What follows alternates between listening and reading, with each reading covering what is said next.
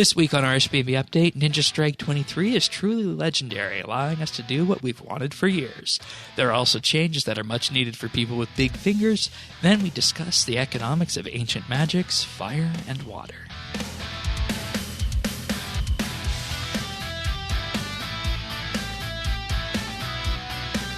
This is RSBANDB Update, episode 836, recorded Thursday, July 1st, 2021. The legendary Ninja Strike.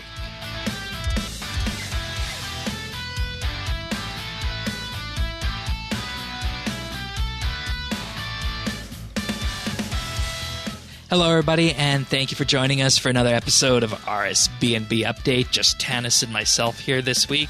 Always nice to have a bit of a breather week, isn't it? Yes, and I think we got one of those this week. Yeah, because obviously we had the tremendous launch of RuneScape Mobile 2 weeks ago, and last week we had City of Sintistan. Big milestones for RuneScape 3 in both of those updates. I'm still enjoying mobile, and I know you're glad to have it back. Oh, yeah, it's so nice to have it back. Dude, I have been setting out on the weekends, just setting out side at night, because we're not burning up here. Like, it's been, 70, 75. On a really nice time, I'd be 65. Just chilling with my iPad, playing mobile. It's great. It's the way RS was probably meant to be played, looking at it. But nonetheless, if you're joining us for the first time, welcome to RSBANDB Update. You can find full show notes at update.rsbnb.com. You can also join our Discord at rsbnb.com/Discord. And, this week it's a Ninja Strike 23 Scattershot week, but I think it would be remiss if first we didn't say Happy Canada Day to people in Canada, because we are recording on July 1st, and we'll get ahead of the game and say Happy Independence Day to the American listeners for the birth of your country that's being celebrated on Sunday. Hey. You looking forward to that? It's okay. But I want to know, do Canadians blow shit up? Because we blow a lot of shit up. We do, but not to the same intensity that you guys do. Okay. You do need to get a permit to set fireworks off here, which bothers me greatly. Yeah. What? Yeah. What about you're celebrating freedom? Freedom. Exactly, right? See, I think that has to have something to do with you didn't actually have to beat anybody for your freedom. Yeah, and we could go on a whole discussion about this, but there's something different about a country that was born out of revolution versus one that evolved into its current state, and that's usually called stability, because we might have another. Nonetheless, people want to hear about Ninja Strike 23. You and I could talk about that kind of thing for ages, I bet. But we're not going to do that. So they start off with a bang this week. Moving on from the fireworks, legendary pets can now be overridden with companion, boss, and skilling pets. How long have we been asking for this? Dude, I've said a lot of times that this is the best Ninja update ever, but this is it's got to be top 3. It's got to be top 3. And maybe if I took away accessibility updates that the Ninjas did, it might be the best. Might be my favorite. Yeah, because I've wanted this for so long. We have so many pets in game, right? And you can't show them off. No, when you can't. Yeah. Because, let's be honest here. The legendary pets all look really great. And I have the one that I got free from Premier Club. I would like to have, for example, the prototype Colossus. I think that'd be a fun one to have. I'd also like the fiery lizard pet that we just talked about. But, ask that question, do you really want to spend... I don't know what the bond cost is. I think it's close to $15, 3 bonds that you'd have to buy to get another legendary pet. And I just never did it because I already had one, and you really only need one legendary pet, don't you? I mean, you do.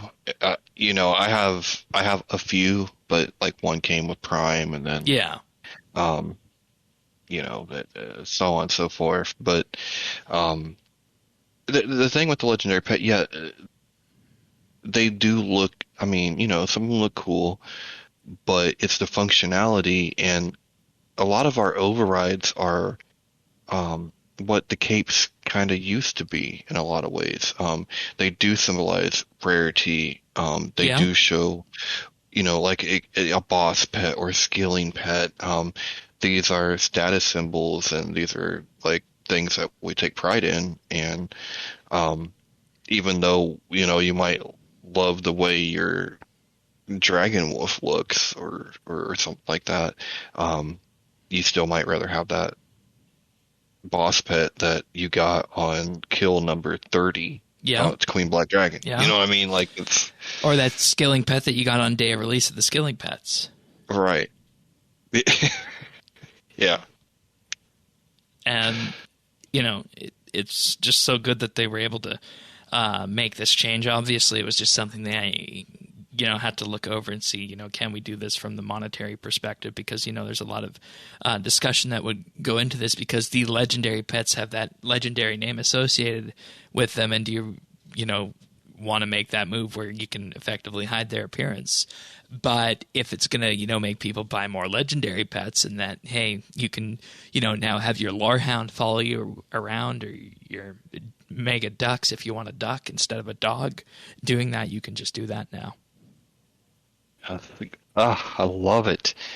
I love it, love it, love it, love it. I mean, look at how many of the other pets, like, dude, I love, like, there are certain outfits that I love to get out and bring out those big cat pets that we have Oh, from, yeah, right. years ago. And now for them to, still be able to pick up my stuff, because if I'm doing any kind of combat, I need that legendary pet. Yeah. And now it's just, man, Fashionscape is back, but it's Pet Fashionscape. What's up? Watch out. Alongside I'm this, excited. the chameleon pet has been converted to an object pet, or converted from an object pet to a pet in the customization interface. That one took a long time. They also updated its recolor interface to use the modern technology within the pets interface. And both the baby and adult versions can now be added to the player-owned house menagerie. That's cool. We need more pets in there. Yeah. A lot more. Or at least let us, if we add another menagerie, that should have its own amount of pets, right? Yeah. And see, this is the thing that people don't get, is that now that you have this, and, we did have this tech before, this is yet another thing that you can sell and not have an impact on the game. So if you move the monetization to player costumes and pets, and you make some pets that are really, really amazing looking that people are willing to drop real world money on and maybe see if they can move the needle with that, I think that's, one further step in the direction that a lot of people were hoping to see monetization take in the game. Yeah, I mean, the only thing is like, that worked with the cat, the Sir Meow or The Meowsketeer, yeah. It worked real well with that. And I could see maybe the outfits as a item you might pick up in the marketplace, but as for the pet itself, we still need to have some options when you're doing those, whatever it may be, like a currency event or a punch card event or a just whatever type of charity type event that they do, because if you put the pet itself behind the paywall, I feel like we'd have a lot less pets. And this gives you the choice between, because you're either going to have either a pet that shows something you've achieved or a pet that is just awesome looking, right? You're going to go either way. Yeah, totally agree with you on that. And I think that in terms of making these decisions for this is just modern RuneScape 3 the way it was meant to be, I think. we're finally there when it comes to this customization, and pets is a very vital part of it. So, let's see. You no longer receive chameleon eggs after obtaining the original pet. And raccoons have also been converted from object pets to pets in the customization interface. I wonder if this is the case that raccoons aren't a pest in the UK. Because in many parts of Canada, raccoons are viewed as pests. Oh, man, yeah, dude. Dude, raccoons are horrible. Yeah. Like, they get into everything. Yeah. They shit everywhere. Like, no love for the coons. Yeah, so maybe, but I mean, hey, some people like the way they look, so that's why they're there. And they say you will still be able to catch raccoons in box traps, you monster, but this will not unlock additional pets. Baby raccoons can also be added to the menagerie, and if you misplaced your raccoon, speak to the pet shop owner and select one in the color of your choice. All right, so that's pets. But next, changes to Solak and the Lost Grove. In particular, torn grimoire pages can now be found in the loot table of the Lost Grove Slayer creatures. I wondered if I was wondering what David thought about this, but didn't he say that that's one of the drops that make Solak worth doing? Yep. And I don't have anything against it, but I wonder if that does take away a drop from Solak. But the same thing is that you still do need to get the grimoire itself from Solak. Right. So this might not have a tremendous effect then. Well, yeah, and see, grimoire pages were relatively high before this update came in. Each page cost 5.6 million prior to this update, and it's only just started going down. And with that, the hourly cost of using Arathor's grimoire is about 7.5 million GP. Wow. Yeah, that's expensive. High. Yeah, that's expensive. And just to recap what the grimoire does, when active, every non-bleed hit has a 12% chance to become a critical hit, and this stacks with other critical hit boosts, such as the biting perk. And your damage cap for critical hits is increased from up to 15,000 from 12,000. So it's definitely something that you want to use at the high-end PVM side of it. And the chances to receive pages is increased well on Slayer Task, and they did provide some numbers on these on Twitter. They are 1 in 512 on task and 1 in 1536 off task. So they're not too common at all. So it'll help in terms of maybe leveling off the price a bit, but I don't think it's actually going to, send the price crashing into the floor. Yeah. And, I mean, how many people are doing Lost Grove creatures? I mean, they're not... I don't think they're a super common assignment. They aren't. I hear people do a lot. In the entire span of, the 3 weeks that Double XP was active and I was doing Slayer, they didn't come up once.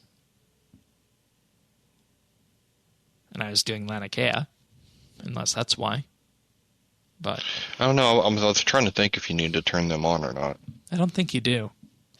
But in any case, they've also buffed the quantities of other Solak drops and adjusted the chances to roll on them.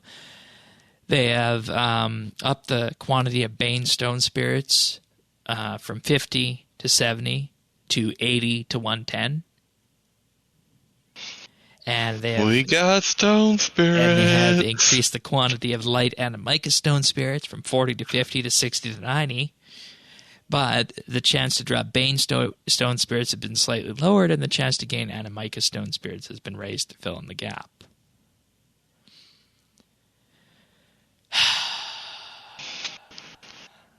Hey, this is this age-old discussion about Stone Spirits, isn't it? I was just thinking, what's a food you don't like, Shane? Peas.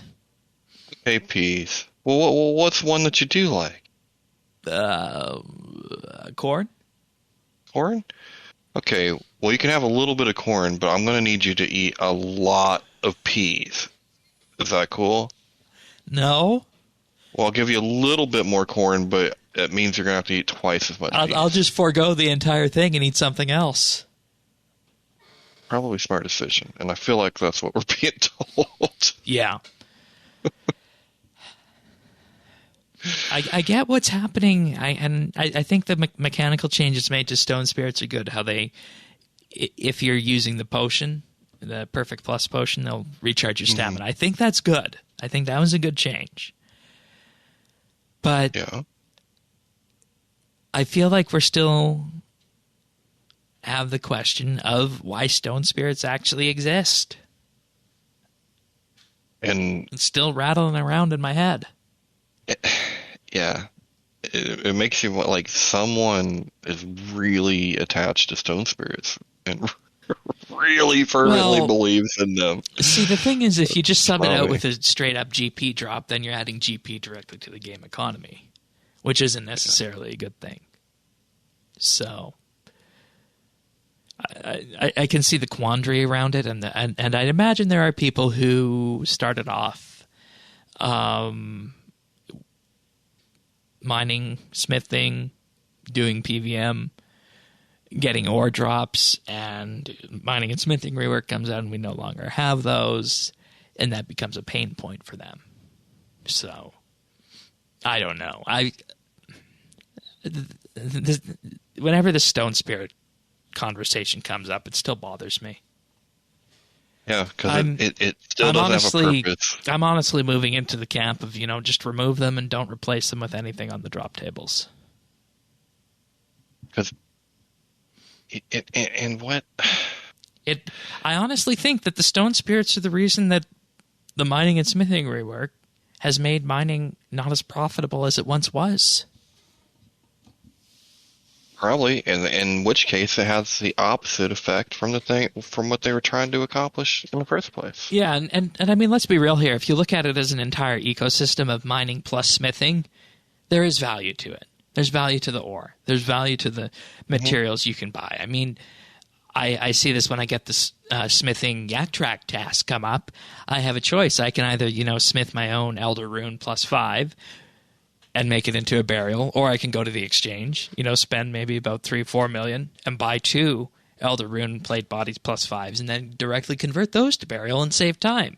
So looking at it as an entire ecosystem, it absolutely works. But I think the mining side just still has some questions associated to it standing on its own. Yeah, I do too. I just, all the changes that were made to mining to provide a use for Stone Spirits, I mean, yeah, it's great, fine, it's cool, but we don't need them if you didn't have Stone Spirits. Because I agree, when I went to do a mining yak track, of course I had to grab them because I want to get through it quicker, right? Like I want, and all that, but it was an artificial. It was an artificial use created for him. You know what I mean? Like, that just... Though, with that being said, I have, for the mining tasks, used Stone Spirits to halve them. Right. Yeah. I don't know. I come down, though, that they still don't fit. In my view. Yeah. Tiny spiky rune salvage has been changed to medium bladed rune salvage and will be received in quantities of 30 to 45. And when you look at this way, this is increasing the amount of money coming into the game because a tiny is worth less than a medium. Yeah, that's right. That's right.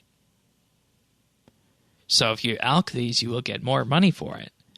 But I think bladed is better than spiked if you're alchemizing, so there's that too. Here's a fun one, and you can definitely tell the battle staff economy to be thankful for this. Battle staffs have been changed to Mystic Earth battle staffs and will drop in quantities of 30 to 50. Okay. Yeah. because let me just look and see where else battle staves come in. But you remember back in the day, the whole shtick of doing the elite Varrock task was to get those extra battle staves. Yep. It was a daily. Now, like, you can get them from Crystal Shapeshifters, Barrows, the Ambassador, Araxi. And, that makes sense, I think, because, Gregorovic also drops them, so I don't exactly know what this is doing here compared to these other ones. Maybe it's just, removing battle staves as one source because, they're pretty low from where they used to be. So, I don't know. I don't know. I think that's a good change, though.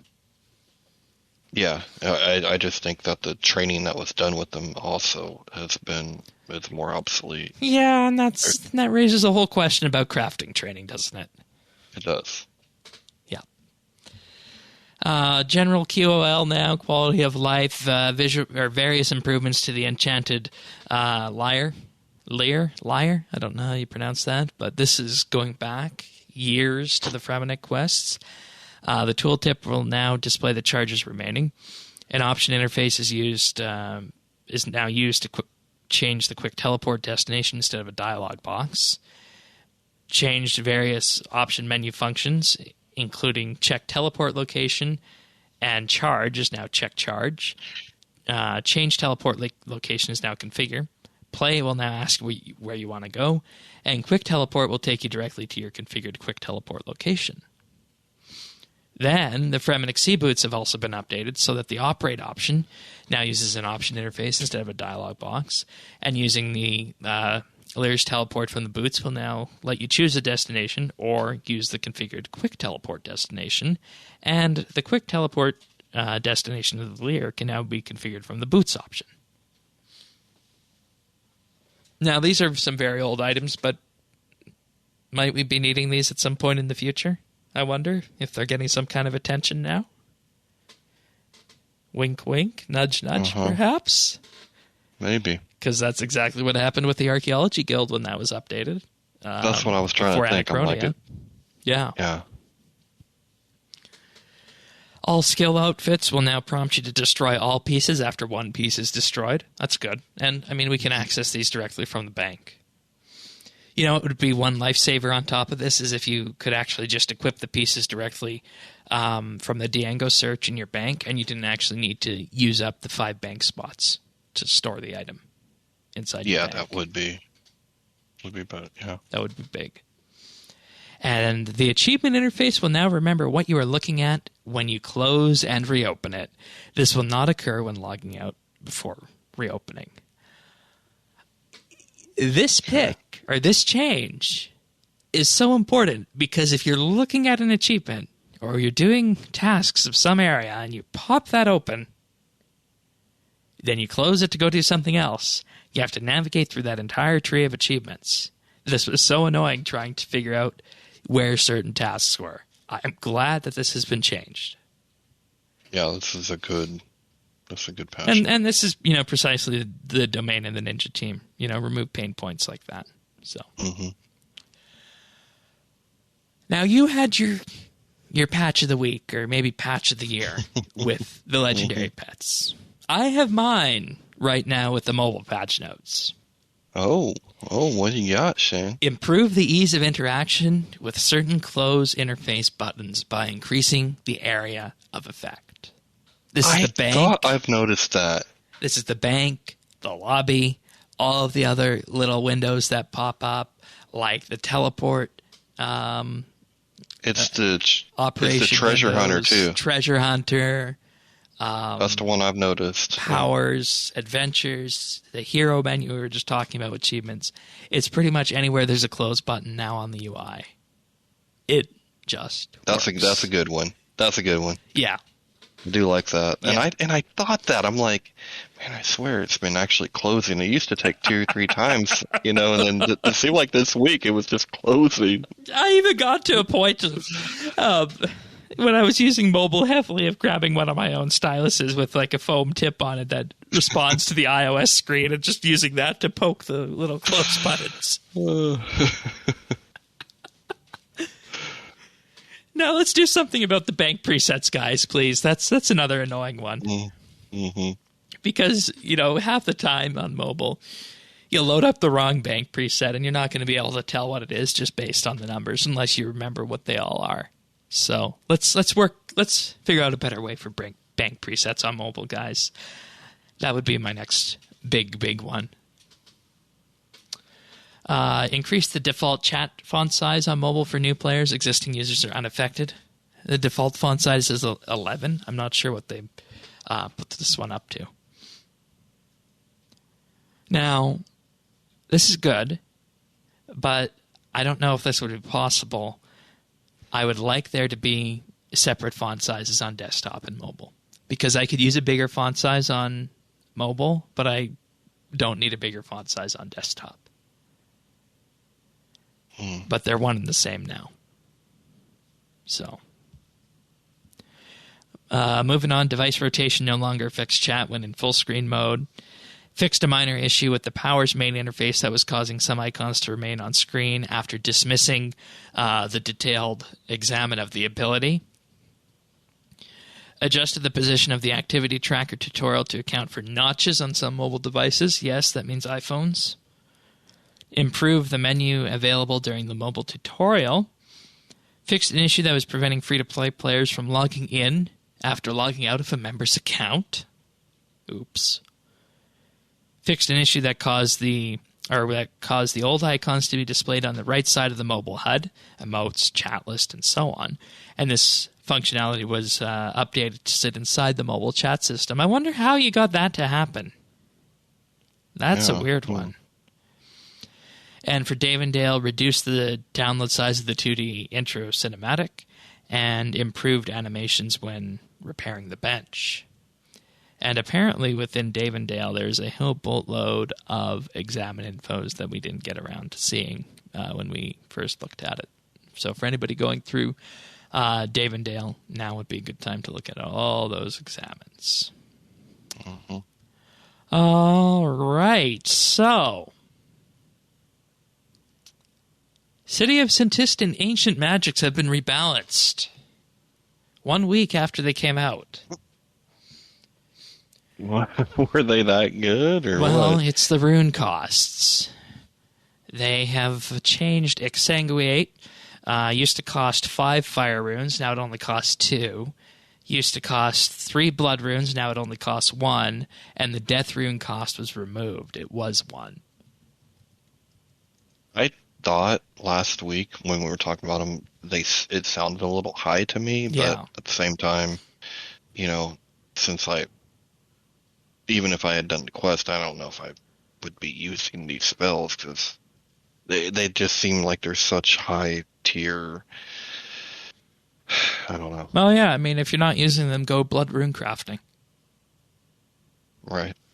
Exsanguinate, for anybody wondering what it does, when you cast it, you gain a stack of Blood Tithe, max of 12 stacks for 20 seconds, and each stack of Blood Tithe increases basic ability damage by 1%, so that's an increase of 12%, and at 12 stacks, Rack becomes Rack and Rune.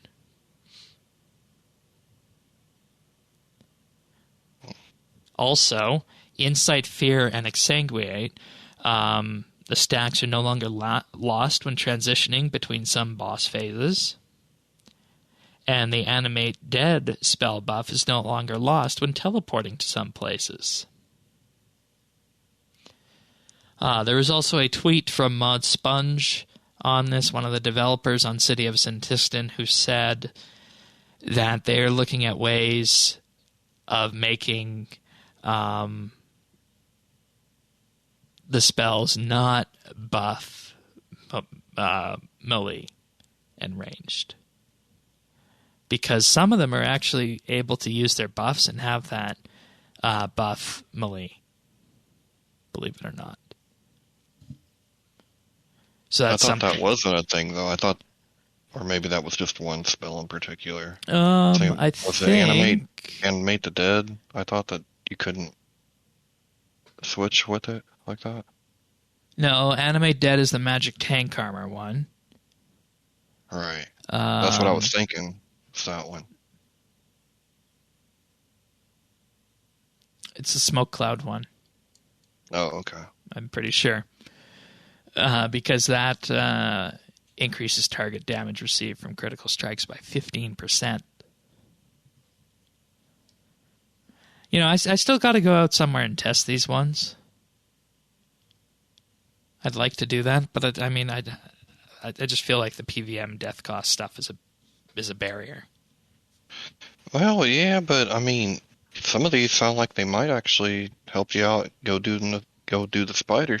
Yeah, Every day. yeah, and you know, that's actually something else that should be asked, and I should talk to David about this because generally it's perceived that ranged is the best way to go to fight a Raxer, but maybe magic would be an option now too, especially if you use tank armor. Well, I was just thinking about those stacks. If they stuck through the different phases, that would be Oh yeah, that's true. like very helpful. Though would that work with? Because a Raxite is different than a Raxor. It's technically a different boss. Well, it probably works for at least the first 3 phases. Yeah, for the first 3 stages it would.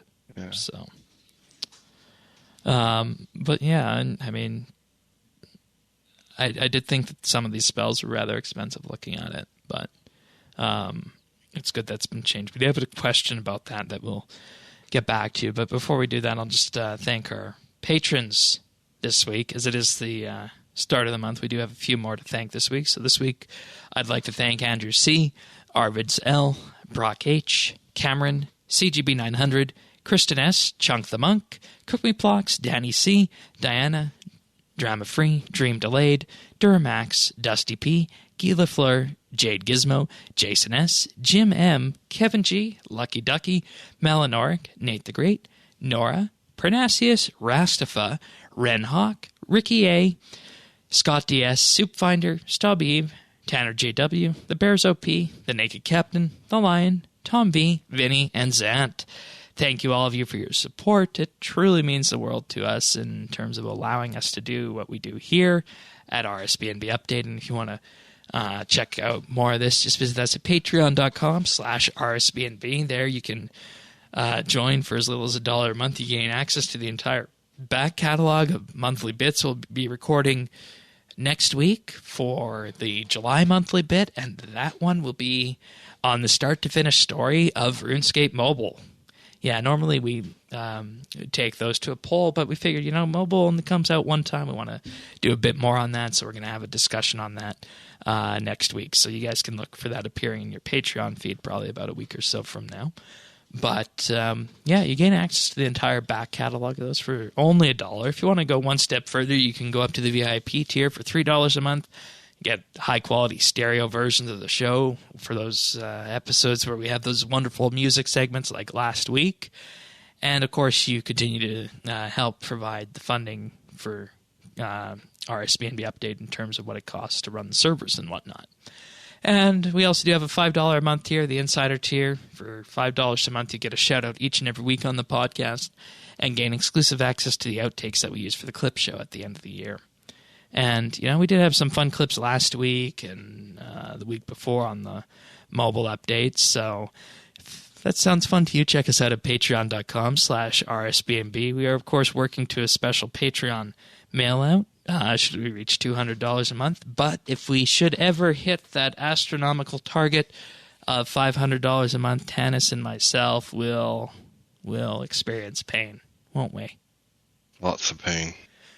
Lots and lots of pain. You're working this up to be as though it's going to be pretty bad. I'm not 100% certain on that. You should watch more Hot Ones. Okay. And that's exactly what it's going to be. It's going to be the Hot Ones Challenge. Hmm. So I'm looking forward to it. You say it's going to be bad, but I think we'll be okay. Well, remember, the heat of the wings is only one part of the Hot Ones Challenge. Right. It's also the heat from the questions. Yeah, and I think we drafted Earth into asking those questions last week, didn't we? So, he can I think do that. we did. Yeah. So, yeah, it's going to be a fun one. Well, I think you and I can answer pretty much any question that comes up, right? Absolutely. I'm shaking my head right now, but we'll see. We'll see. All right. Let's continue on. We do have some questions to talk about this week, so we're going to do those right now. They are related to the patch notes that we just did, so a perfect time to jump into those from Sirion. Last week we saw the cost for Exsanguiate simply reduced from 5 fire, 3 blood, and 1 death to 2 fire and 1 blood. Do you think this nerf was really necessary? Why this spell specifically? Or will the others follow? Personally, I don't think it's so bad that there are costly methods to boost your DPS. Maybe not the methods you'd use on an average Slayer trip, but something that can push you past the hardest of bosses. And number 2, was this the right point to make these changes? If runes are truly too expensive, should the game instead be changed to allow for more runes to enter the game, ideally through skilling and not PVM? This is exactly what we want to talk about, because this is a hard question. Not in the sense that, what we want to say is hard, but it's hard for Jagex to balance this out. Well, I was going to say, this is a hard question in the sense of, this is the kind of question we'd try to answer in a monthly bit. Well, I was thinking more like a liberal arts class. Half a dozen on one hand and what is it? 6 in the other. I think that he's right and has a point when it comes to it's fine to have some costly methods for the highest. And you're aware, DPS. Canis, that most of the DPS in PVM comes from basics and thresholds, right? Very few times are ultimates used as a form of DPS. Well, yeah, but what I'm thinking is when I think of those kinds of DPS increases, I'm thinking about items just like what was spotlighted earlier with the Grimoire and the pages, and I think of it more as like perks and equipment. And we're dealing with two ends of the spectrum here, because a spell that costs 2 fire and 1 blood rune is absolutely different from something that costs about 7 mil an hour to run. Right, and I think runes are in. I don't want to touch runes, right? They've already done a bunch of work to give them some kind of value. I actually have an answer to this, but continue. You do. do. I want to hear what you have to say first. Well, that's just. My answer is just that. We've been trying to protect the rune price for a while, and even a non-PVMer like myself thought it was a little exorbitant when I first heard it. That was my gut initial reaction. Right. And what I was thinking, specifically if we're looking at the side of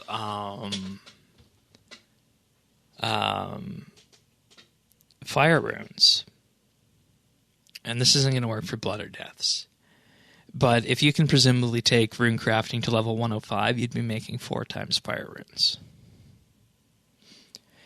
To get double deaths, you'd need 131 or 154 for bloods, which obviously isn't going to happen. Your only option to do that is with the power burst of sorcery that doubles the amount of runes you make in one shot.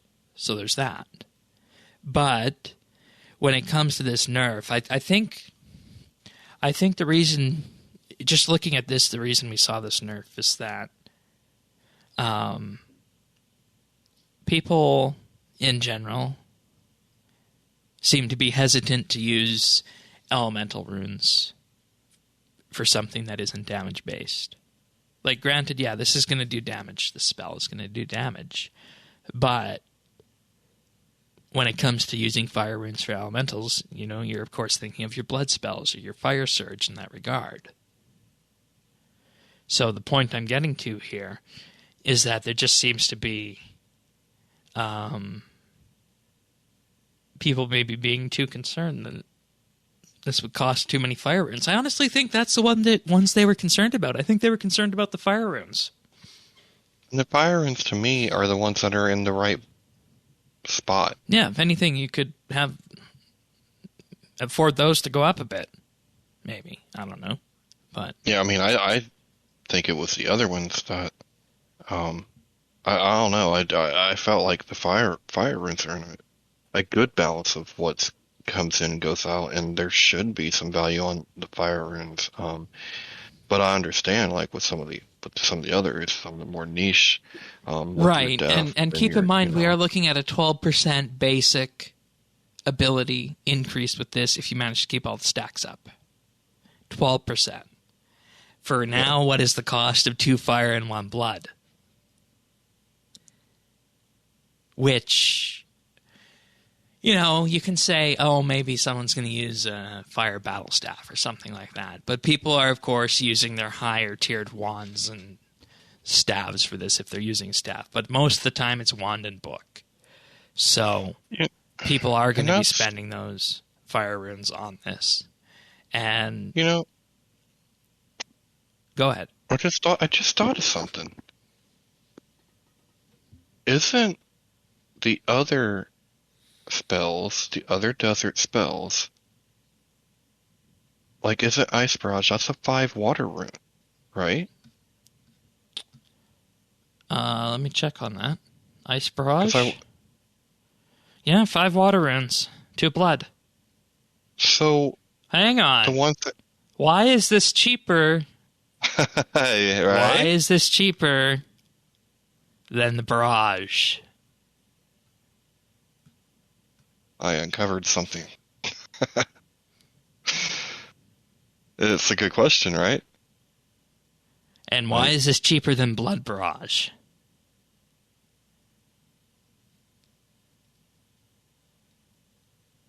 This doesn't make any sense now. Because on the top, at the very top of this is a level 96 spell. It's going to have higher damage than either of those. Yet it's cheaper to run. Mm-hmm.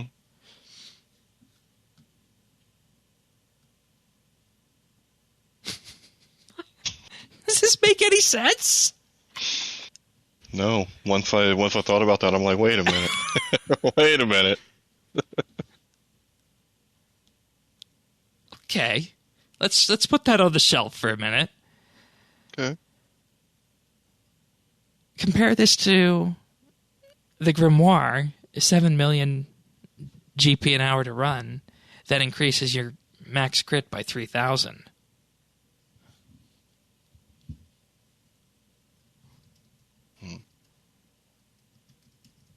Like, I need to be 100% clear in this, that this is good for the everyday player because it allows them to do more damage with magic. We need to be 100% clear on that this is good for the everyday player, right? We're not saying that this nerf is bad. We're just saying it doesn't make sense. Yep. I mean, honestly, I don't...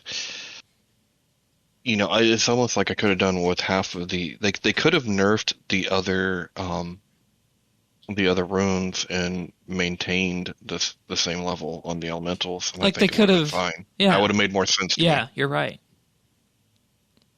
Or even keep them in line with the theme from the other... I mean, these are adaptations and furtherances of those preliminary spells, right?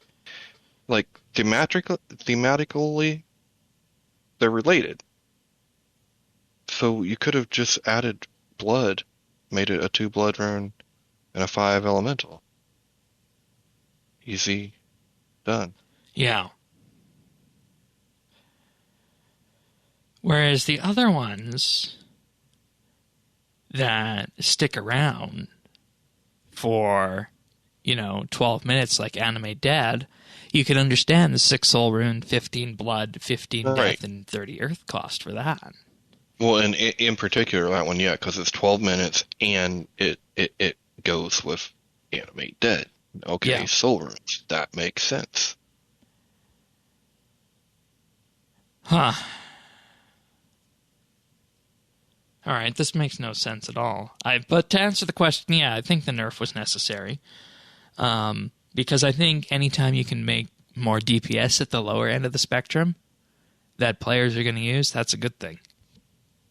I don't know if you can call a level 96 magic spell lower end. I mean, probably in a PVM sense, yeah. Yeah. I would say, maybe, Right. but I'm just kind of half and half.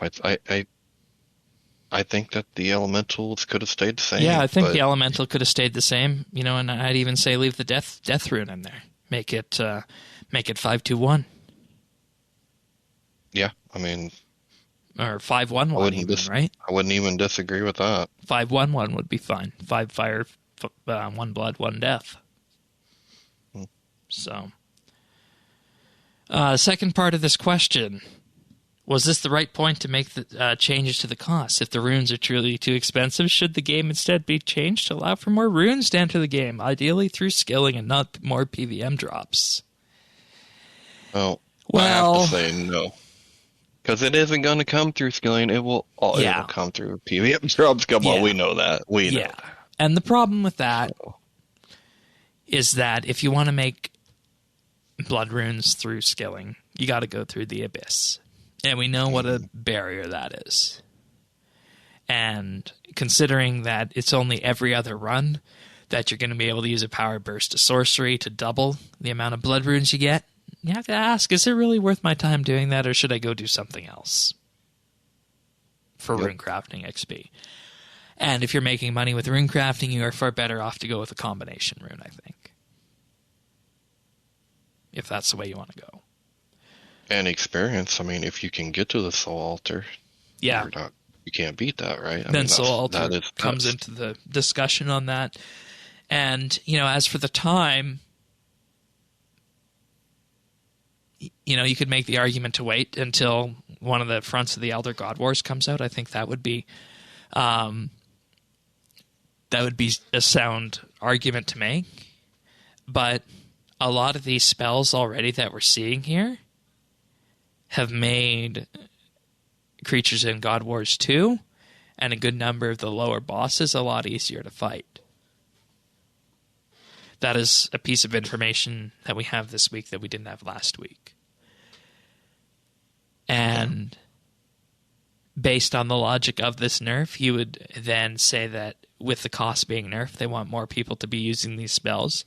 And following from that, if the more people are going to be using the spells, the logic is that more people should be off fighting and, doing stuff in God Wars 2. That's the logic that follows from this, is that they're just trying to get more people in. And it is a bit weird, because sometimes we see these nerfs happen like this, right? Right after the first week. But sometimes things have to, be observed for, 3-4 weeks, sometimes even 2 months before changes are made. How long did it? How long did Forticken exist before they just finally made it canon? Yeah, exactly. Essentially, Exactly, and a lot of these things that we're talking about, these discussions we're having, go back to the foundations of EOC. Mm-hmm. And with that, it raises a lot of questions about how things were done. And I'm remembering back to a Maud Osborne live stream where he said that they prefer to let things with the combat triangle in this day and age ebb and flow. And that it's okay that melee and ranged were on the top. And they want magic to effectively work its way up again. So when you combine what these spells did last week with the lower cost and what they've been on record saying, I think it's entirely intentional that these spells are meant to be powerful and they needed to be more appealing than they were on launch. And that's saying a lot, because all the PVM types who had the runes and were doing the stuff on the first week absolutely tore through their bosses. So take that for what it's worth. I mean, and I think what Matt Osborne was saying is, essentially that's just letting you spread out the mission or the level creep, right? The power creep. Yeah. Because you're spreading it between all three of the... Is that greater ricochet, as we said, power crept ranged, and it was the Masterwork Spear of Annihilation that everybody was able to get their hands on with archaeology that brought Melee up. So now they're power creeping magic intentionally. And you need to have this discussion at some point. Where do you go at the end, right? So... Yeah, we're buying time now having three styles that don't necessarily have to be in the same lockstep anymore. But at some point, you will run out of road. Yeah.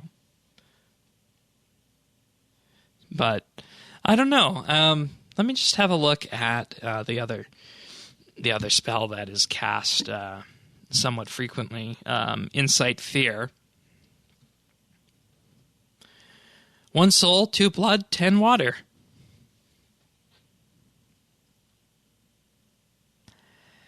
Which now I'm even more confused. Gives you Glacial Embrace, a max of 5 stacks for 20 seconds.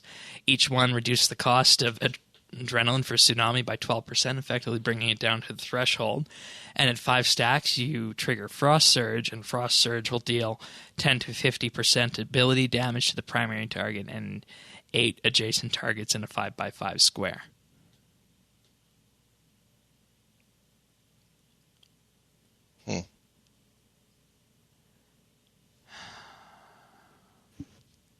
So one is single target, one is AoE.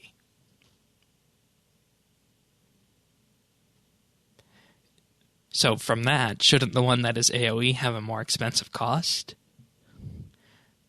But I mean, we're going up from... now it looks we're going like up from 2 fire to 10 water. This makes it look like it's squarely a fire rune issue. What is the deal with fire runes? Well... Like, why is the PVM community have such a hard-on about fire runes? Price of fire rune is 119 right now. And if we look back at the 6-month average for fire rune, 122. 1 year average, 132. 2 year average, 114. So we're right on the ball with fire runes here. Yeah, there's no reason to freak out. Now, if we compare that to a water rune, 20 GP each GE value.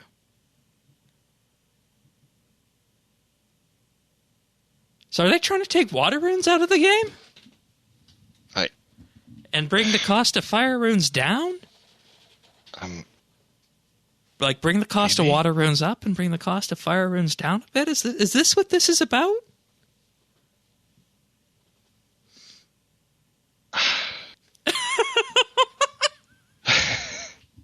I don't know, man. This has been more like a bit than a question. We went. I mean,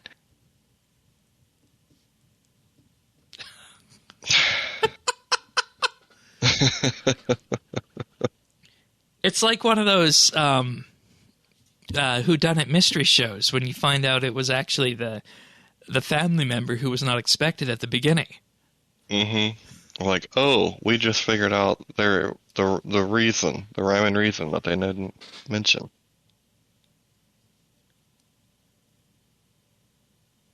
Which is odd, because you can craft more fire runes than you can craft water runes. That's what I was thinking too. I'm like, I wonder where this glut of water runes... Or no, you can craft more water runes than you can craft fire runes. Sorry. With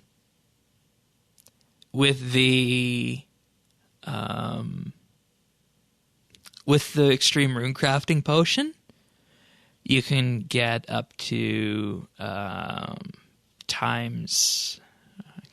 crap, what does the power burst of sorcery do? Does that double your multiplier, or does that increase it by 1? Do you remember? I forget what that does. I gotta look that up because that's important to this discussion. Doubles the rune's per essence multiplier. Okay. So with an extreme rune crafting potion, you can get to level 114, and you can craft. Let me just quickly calculate some numbers here. So if you're using all 4 pouches, that's 3 plus 6 plus 9 plus 15 plus, give a teleport, 23, 56 plus another 7 for the ethereal. I'll just call 63 because I don't want to go further than that. So you can potentially craft up to 945 water runes per run right now. Potentially higher if you use a familiar. But you can craft up to 504 fire runes per run right now if you did that. So the logic based on this is that it definitely seems as though that they're trying to take water runes out of the market on this.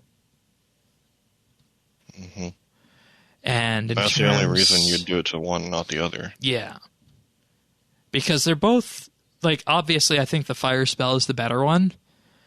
But in terms of these, there's just questions about where water runes are used right now, and this makes sense. So, looking at the list here of water rune droppers, all the common things that drop water runes are not the bosses that the PVMers fight, believe it or not. So, can you believe that a good chunk of the things that drop water runes, Tanis, are actually not bosses? Yeah, because they're Slayer creatures, I think. Yeah, they are. Drop a lot. Paladins potentially drop 30 at a time. Infernal Mages 25. Basilisk 20. But these are all mid-level Slayer creatures here. There's nothing that's truly high on this list. Mm-mm.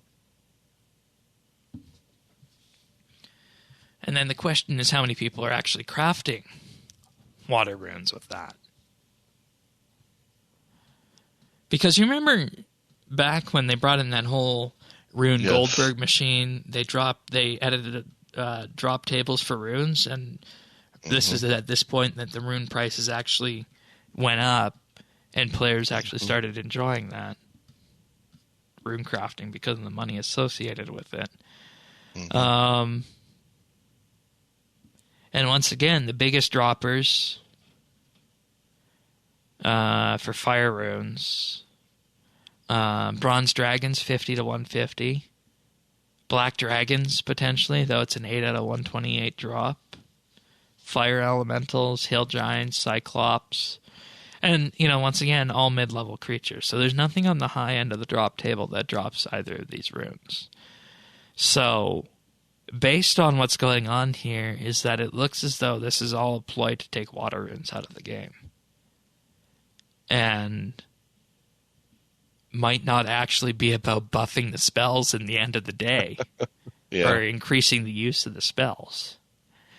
Because based on what all the people I talked to who were using these spells, they were already quite happy with the way they were working. Yeah, that was my take too. I mean, so, well, there we have it. There we have it. Next question from Sean. Hopefully we don't go down such a deep discussion on that one. Once the Elder God Wars quest line is finished, how would you guys feel about a Civil War long quest line? Following the conclusion of Plague's End, King Thoros has replaced King Lathis, and as new king, he has plans to extend the borders of Kandarin beyond White Wolf Mountain and into Asgarnia. That, of course, forces King Valence and perhaps pull in King Rold and Miscelin to take action and puts the game into a game-challenging civil war in some of the most visited places in game. I say this because, as you said, no way the gods can come out of this quest line in good shape, and how much more grand can you go than Elder Gods? Plus, I think the beauty of this game is making it relatable to the adventurer. Let's bring it back down to the human level and human experience of places we have known for years. I will say with that theory, this would give us a reason to have an updated Ardorian and Yanil. I will say that. Well, is it really a civil war if it's warring kingdoms? No. I mean, as far as I understood, Ardoin and, Varrock or killed, whatever, they're different kingdoms, right? Like, they're not even... Yeah. And I like the sentiment, though. You know what I mean? me too. I get where that's going, and I would be, actually, I think we haven't had a great look at the human kingdoms in a while. I mean, yeah, there's plagues in, but that's more elves. There's some things with Samaragal, when we were doing the Varrock series, but once again, that had a lot of Majorat influences to it. When's the last time that we had just a straight up human story about that race? Yeah, maybe we could. I could see I either completely that agree. or You gotta go back to basics. And basics can either go that way, or basics could be like we could once again kind of be this wanderer that from place to place, area to area, has these new adventures, quests, like in a geographical region, and then you're building story in those regions again versus these big grand storylines. Yeah, that would be pretty neat, and and I think they also need to look at doing the Godless thing, because that was something they wanted to do with Invention, but it really never took off, the Godless faction, because there is a Godless emissary out there from when they set up all those God emissaries, right? Well, yeah, and I mean, it's Godless that beat Tuska, right? I mean, that was... Yeah. Yeah. And, following from that, I think there's also many things you could lean into. You could also have a discussion, and we talked about this last week. You could have a discussion about the gnomes. This would be a good opportunity to tie off the gnome quest line. Yeah. I'd go with that. It would also be a good time, and this is presuming what we all think is going to happen, that Saren's going to disappear again. What are the elves up to without her? Maybe the elves are going to unite as one, and maybe that will be the faction that we go up against. Forget, putting Misselin against our Asgarnia, or Kandarin against Asgarnia, rather. But what if instead you just took the entirety of what was the old world before Prif came in and put them against the elves? And I think the elves are kind of pacifists, aren't they? At least some of them are, right?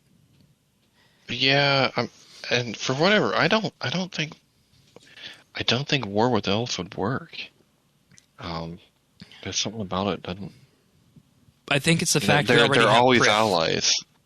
Maybe that's it, but I mean, it just seems like it goes against too much. Innate kind of story that we've grown up with and heard and legends. It just always seems like the elves are, are mankind's ally in a way. So I don't know if it would work. Yeah, and I think this is something that RS3 suffers from, but at the same time, it's what drives it forward. It's that we're always on this path of finding the next biggest storyline. We're always on that path of finding what the next biggest obstacle is going to be, and it's been that way ever since the world wakes. And this is another thing we want to talk about at some point in the future, too, again, in another monthly bit, is what brings old school RuneScape its success, and why do people specifically gravitate towards old school? Is it the simplicity of the storylines? Is it the nostalgia? Is it the way the game is put together in a more simplistic manner? What is it?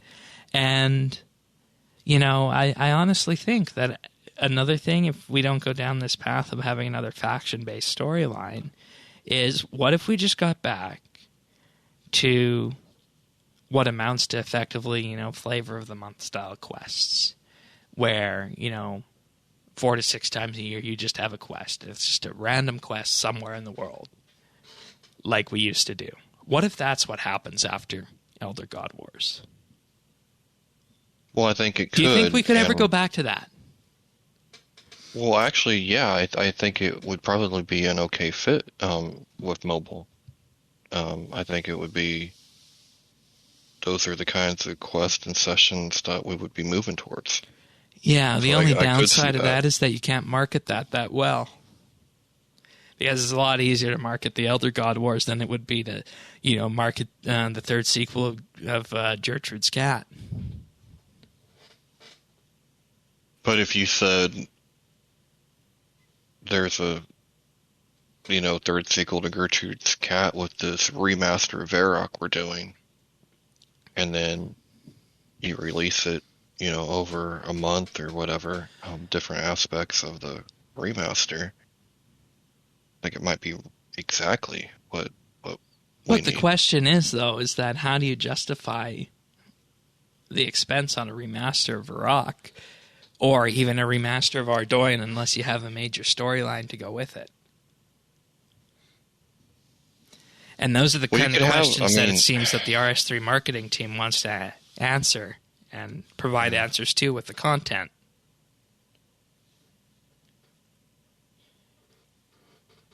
So, as much as the JMods say and we want to go back to the simplistic style of storytelling and have, the flavor of the week kind of thing, I think the question here from Sean is probably going to be the mold it has to take.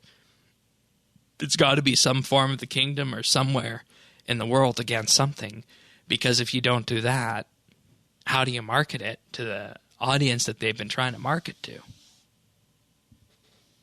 Well, yeah, and that's fine. I mean,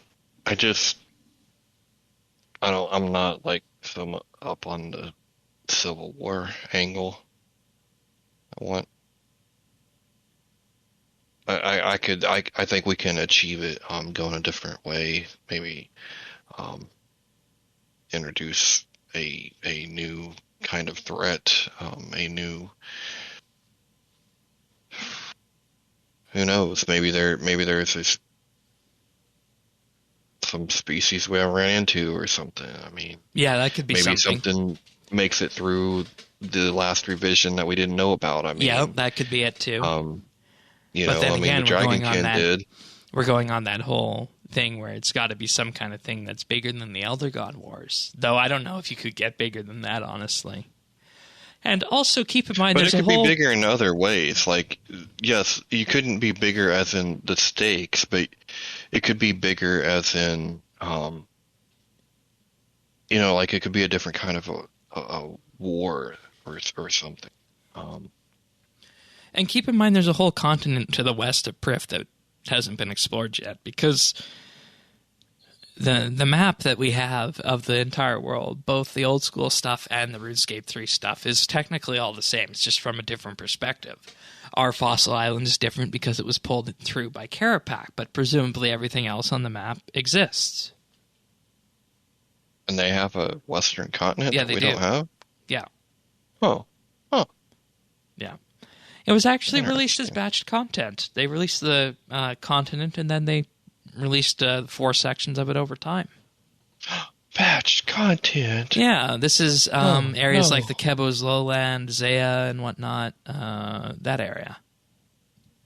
Okay. Yeah. And that's, yep. And, it's a full continent in itself. So, I believe Zaya is the continent name, but it consists of the kingdom of Great Corund, the Kebos Lowlands, and the kingdom of Varlamore. So 3 new sections, not 4. And it's one continent that is to the west of Prif. Who would know? And, I mean, who knows? Maybe this is the way we go after that, something like that. Because imagine you could effectively have your soft reboot of RuneScape in that continent if you wanted to. If you really wanted to do that, honestly. Yeah, we could even, you could even do some kind of like colonization angles.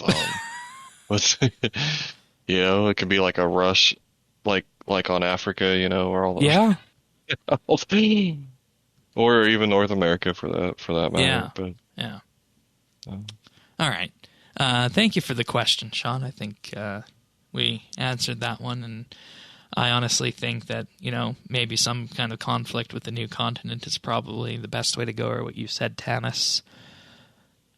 Something that might have made its way through the last Great Revision, or something that might have happened with the Shadow Anima in this case. So, who knows? Who knows? And the last question is from Bears OP. Now that you can override Legendary Pet, what pet override will you guys use? Oh man, that's a good one. That's a really good one. There's so many too that I really like. For right now, I'll be using my little. Man, I don't know because I went back to the ghillie suit because it's so unique and iconic, and I love the little crystal dagger that you got on Yak Track. It's like perfect because I just look like I want to sneak right up and just it's great. So definitely start with my deer, but I do use my my big cats quite a bit. Oh man. But I also love my KPD pet just because it's cool.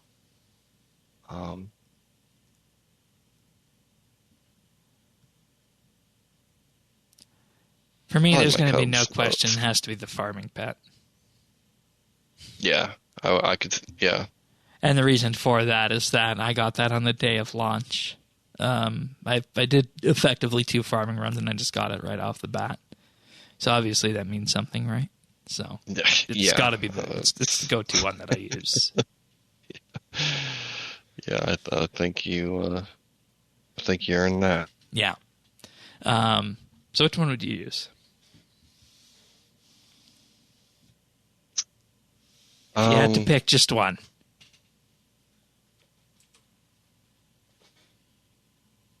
Probably my snow leopard. All right, fair enough. Fair enough. Thank you for the questions, everybody. If you guys want to send your own questions in, you can email them to questions@rsbnb.com or leave them on Twitter @rsbnb. And we're working on a new form where you can send your questions rather than creating a forum account. We want to move away from that and just have a general area where you can dump questions if you don't want to use Twitter or email. That'll be found at update.rsbnb.com/ask. All right, moving on before we wrap the show up. The first 20 years of RuneScape book now available for pre-order through bookstores and Amazon. And, there's a whole bit of a preview that was done last week, but we didn't have enough time to go into it. And this is the book that summarizes the 20 years of RS. And I'm definitely going to be picking this up come later this year. One of the quotes in here is that from 2006 until 2011, the policy was that we didn't talk about the Falador massacre. There's a section on that, believe it or not. And a photo of Duriel 321. Wow. Who would have ever known? There's also sections on RuneFest, which makes sense. There's sections on adding voice acting to the game, including with one piercing note. You're real proud of that, huh? Yeah. Yeah, it's the damnedest thing. Right? Too bad it doesn't happen much anymore. Yeah, too bad it's not still here.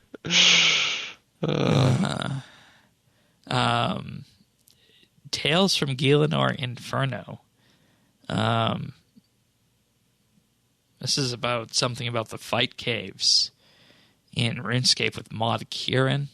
There seems to be a lot of discussion in this book about various bits of history. There's a section on the World Event 2 of Bandos versus Armadillo. I remember that one. Mm-hmm. Dragon Slayer. And a preview of what the gilded version of the book looks like. The deluxe version, which is available only from their official merchandise store. And this one might break the bank. The book itself is $114 US. Holy shit. Yeah. And I'm not going to tell you what it costs to ship to Canada. Damn. You want to take a guess? Y'all got electronic copy? Well, I mean, your money, you got them beaver pelts and maple syrup quarts. $52 shipping. To ship it? If you want the deluxe version, yeah. Damn. So I ain't getting the deluxe version. Yeah, that's crazy. $53 for the hardcover version. So it's still an expensive book, but I think, given this is a, once in a lifetime thing, you have to do it. $36 US. That's more. That's not so bad. That's more understandable, isn't it? Yeah, that's not so bad. I'm down with that. That's cool. Yeah, and it's 224 pages as well. Oh, hey. I mean, at least it's not like the Johnny Ive Apple book that he did. That was a picture book of Apple's products that cost, I don't know how much that was. Mm-hmm. Well, because it's Apple. Yeah, exactly.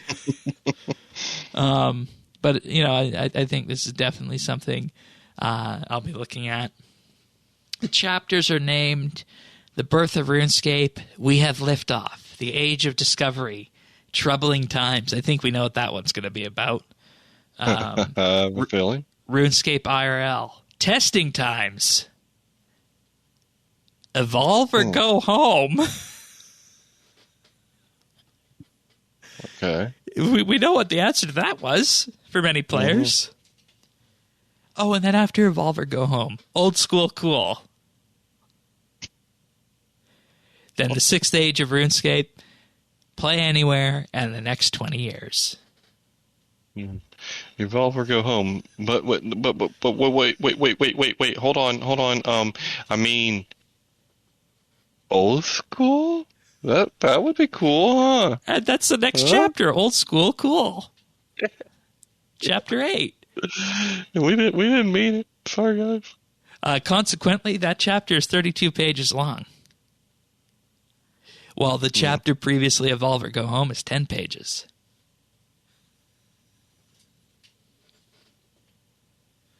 Then at the end, the section on Jagex moderators as well. So, just based on the title of these, I can't wait to see what some of the stuff is in here. Maybe we'll have to do like a dramatic reading of this. Oh, that'd be fun. Yeah, we should do something. Yeah. Yeah. All right. Normally we talk about RuneScape here, but there's something else we want to highlight this week. There's a new game that's been announced, Space Punks, which IGN has called a combination of Diablo and Borderlands from the Shadow Warrior team, which is a game studio out of Poland. And you're wondering, why are we talking about this here? Well, this is an ARPG that is being published by Jagex.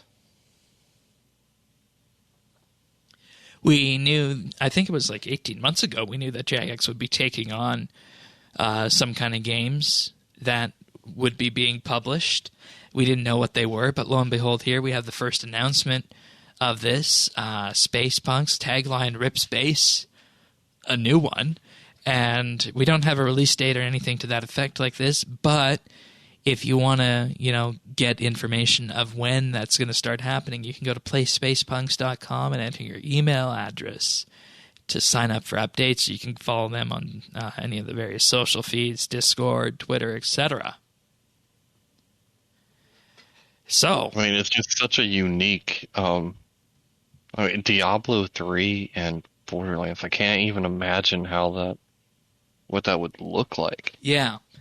And this is going to be a test because, most of the time Jagex has gone away from RuneScape. It hasn't worked. They did have a brief foray with publishing before with I think it was Block and Load. But that kind of faded to the background. And we'll have to see what happens with this, if this one takes off. But if you go to playspacepunks.com and you go to the very bottom of the page, the Jagex logo is indeed there. So It'd be a good thing. Yeah. And, I think in general, anytime a company diversifies like this, it's good. It's always good to have, your arm in another pie, so to speak, than your main one. It's to, if anything, to get the better exposure and the company knowledge associated with it.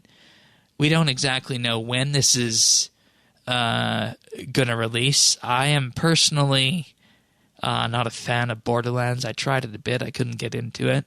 And I've never played Diablo. Have you played either of those? Oh, yeah. I played a lot of Borderlands. Okay. I mean, Borderlands is it's funny. It's the humor of it that is, it's just so off the wall. And it's fun with friends. But I've never played Diablo, although I know it's got a lot of pretty dedicated fans. So what does it mean when you have a combination of this in an ARPG? I was wondering that too. I'm like, an ARPG? I don't... Action RPG, that's what Diablo is, but... Okay. And you can definitely see the art style is Borderlands inspired. Okay. After the ad pops up, I'll show some of that, but... You mean with a real drawn, cartoony... Yes, exactly. Kind of stuff. Okay. Exactly. And, I wonder if this game engine is successful, if Jagex could incorporate some of this kind of stuff into a RuneScape franchise at some point.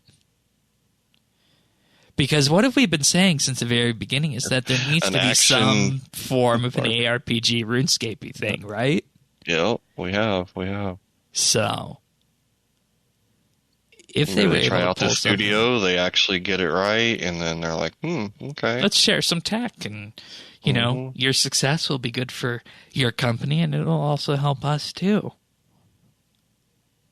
But, normally we are, solely focused on RS here, but I thought we'd give this a mention because it's an important thing for Jagex, and I know that there's lots of people in our audience who play other kinds of games, specifically lots of Borderlands players. So this is probably something that would catch your eye. But if it sounds interesting to you, check it out at playspacepunks.com. We don't have a release date yet, but presumably you'll be getting that soon. All right, let's move on to our picks of the week here. You sent me a rather frantic story the other day, didn't you? I did. Yeah, I just come across it, and I'm like, that's kind of nuts, but it has to do with the Western Digital MyBook external hard drives and a vulnerability that has been around for a while. But what these hard drives would do is essentially it was like having local cloud service. I know it's kind of weird to say that, but meaning that any computer in the house that was tied to the external could save on it. So yeah, that's what we call a network attached storage, or a NAS. Yeah. But somehow, and you will have to explain to the fine people the technical ins and outs, but essentially hackers tried to get a hold of that, and it's speculated that then another group of hackers tried to wrestle it away, and somehow through the fight all the data was lost. Yeah, so I have many issues with this kind of storage storage appliance, because to make these appliances work, Western Digital can manufacture these on the cheap, and as a result of that, they need a piece of software to go with them to do their magic. And that software isn't exactly the highest priority to them on the security front. And once they ship it, these kind of network appliances very rarely get security updates. So what happened in 2018 was there was a vulnerability posted, and there's a whole repository online where vulnerabilities are posted from all the major companies out there, Apple and Google, Microsoft, Western Digital as well in this case. And the vulnerability was posted that allowed anybody on the internet to gain access to this Western Digital MyBookNess software. And with that, as a result of that, we're able to wipe these MyBook devices, effectively issuing a factory reset command. And in doing that, it wiped all the data on these devices. Now, most network-attached storage devices only are accessible from within your local network, i.e. what's happening inside your house or your router, because that's just in general how security works, is that it should only be accessible from within your own network. But a good number of these companies out there have taken it upon themselves to issue a personal cloud offering so that you can access your data from anywhere, so to speak. And that's what Western Digital did with this. You'd be able to access it from the web or from an app on your phone, even if you were out and about. And with that, through this software, this is where the vulnerability for this comes into play. And this is why I am so leery of using any software that comes bundled with any hard drive or any NAS appliance that isn't going to be regularly updated by the security teams at Western Digital, unless it's not going to be exposed to the internet. And it speaks to a larger issue too with any kind of smart home device.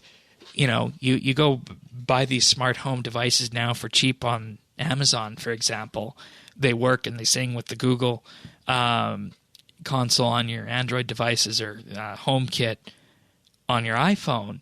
But so many times all these companies just say, we're not going to update it anymore, and it's entirely forgotten, right? So as a result of this, these things are actually kind of dangerous to use if they're anywhere connected to the internet. Like, to give you an example here, at Christmas I got a Bluetooth-based temperature sensor with humidity and whatnot. It's a perfectly good device to measure humidity inside a room, but it's also Bluetooth connected.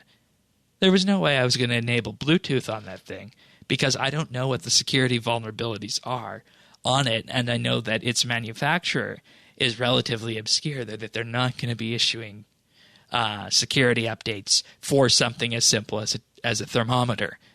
So this is a big story because people's personal data is being wiped by a company, or not by a company rather, by devices that were manufactured by a fairly wide-known, perhaps the second biggest hard drive manufacturer out there, Western Digital, and there's nothing they can do about it.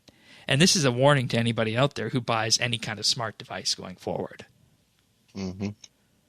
So, I just say at this point, if it's a device that has access to the internet, specifically the outside internet, you got to make sure it's getting security updates.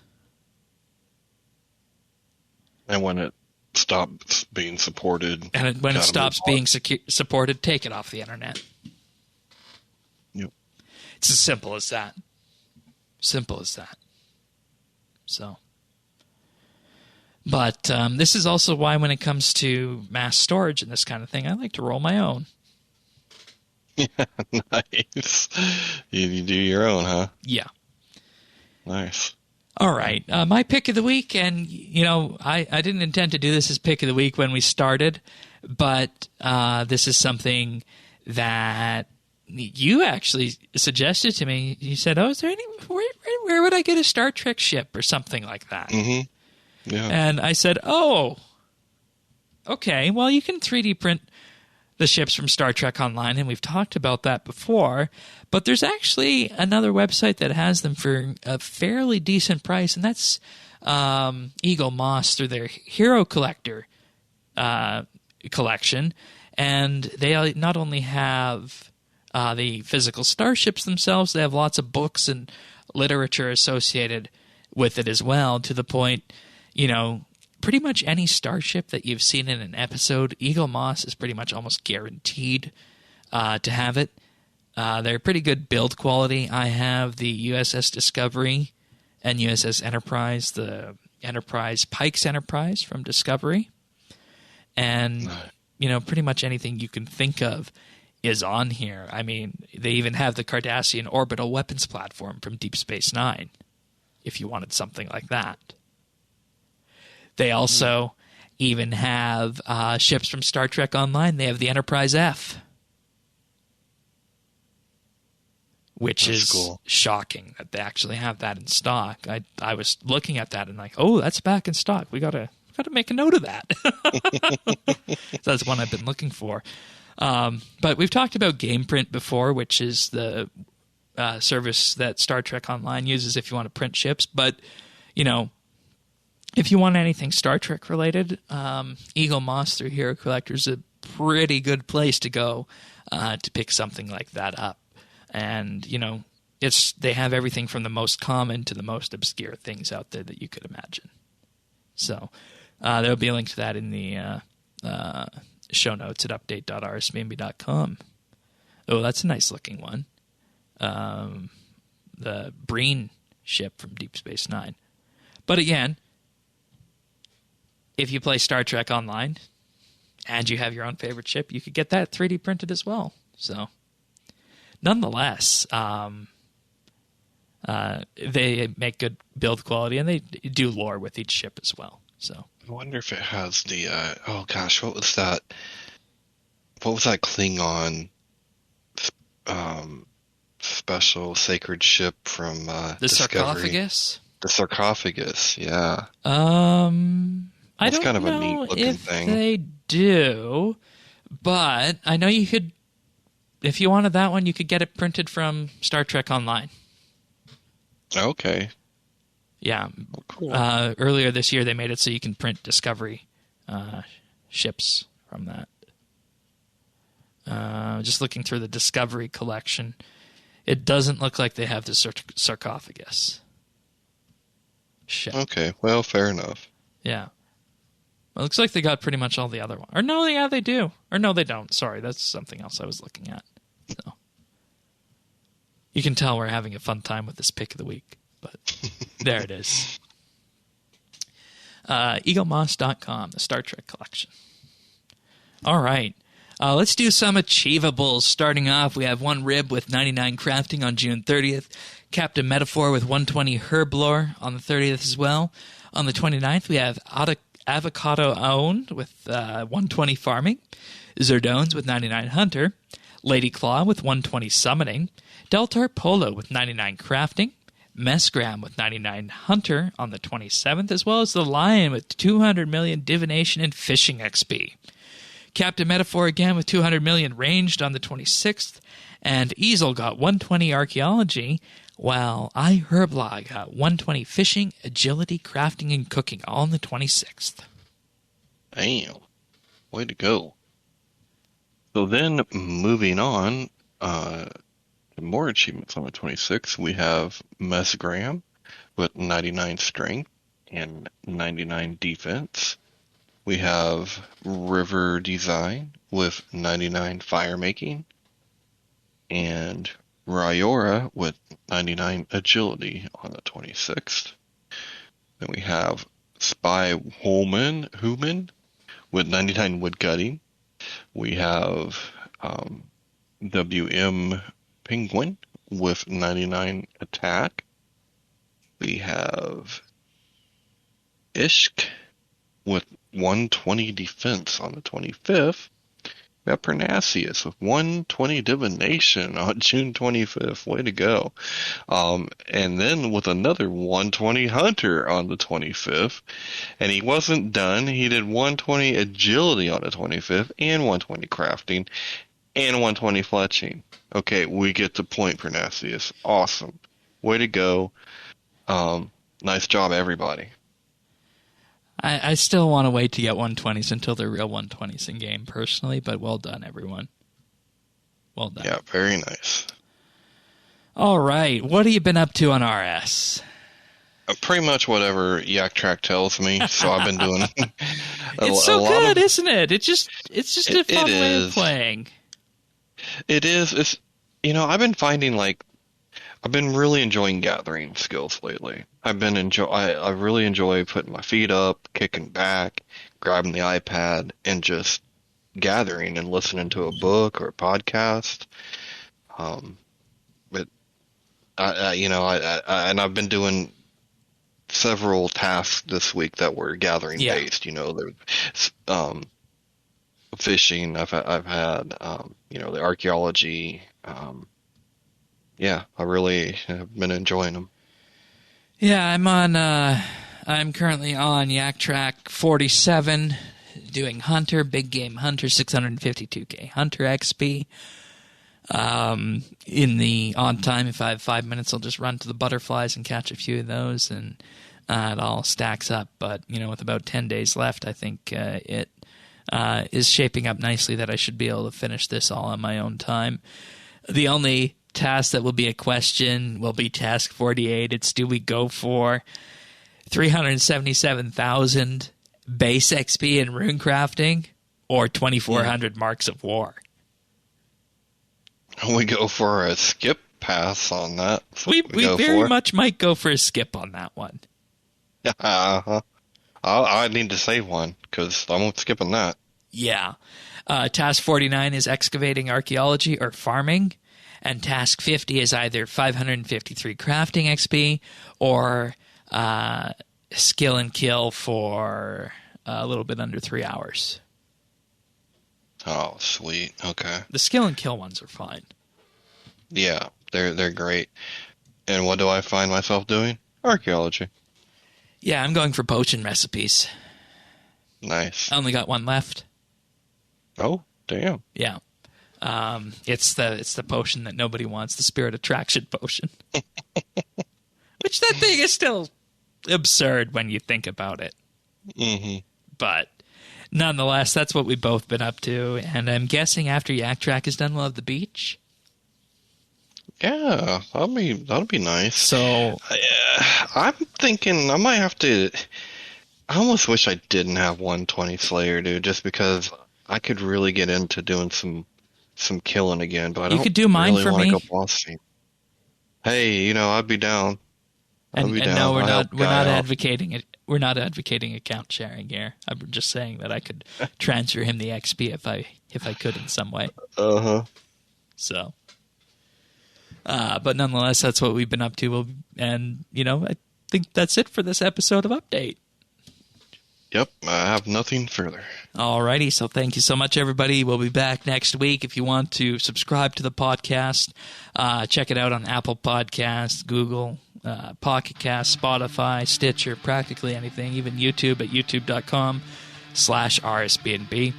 With that being said, we'll see you guys next week for another episode of RSBANDB Update. Take care, everyone. See ya.